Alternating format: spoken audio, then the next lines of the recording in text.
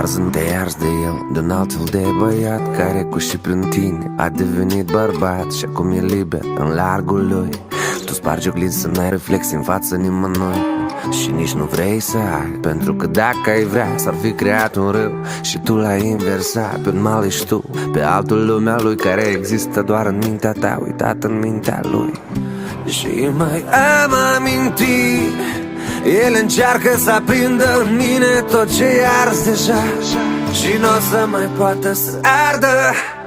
Acele tale îmi fac tatu, sub piele îmi schimbă sângele-n vene și aș vrea să îmbătrânim în doi.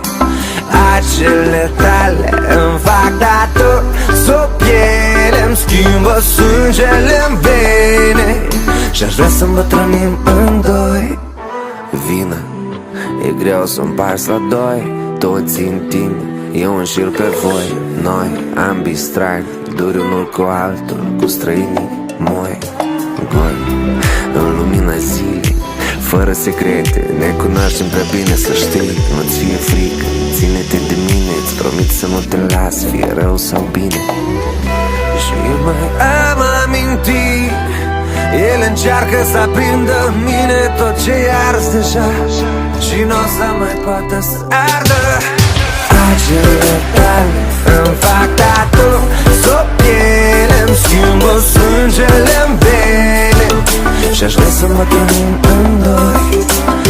Acele tale îmi fac tatu, sub piele îmi schimbă sângele-n vene și aș vrea să mă trăim în doi.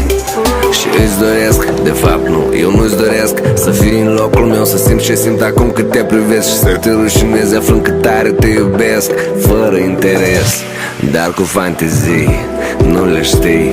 M-ai întrebat în multe dimineți, noi doi și în singur pat, ascunși de lume pe bune, cu toate că mă împun și te vreau pe tine anume.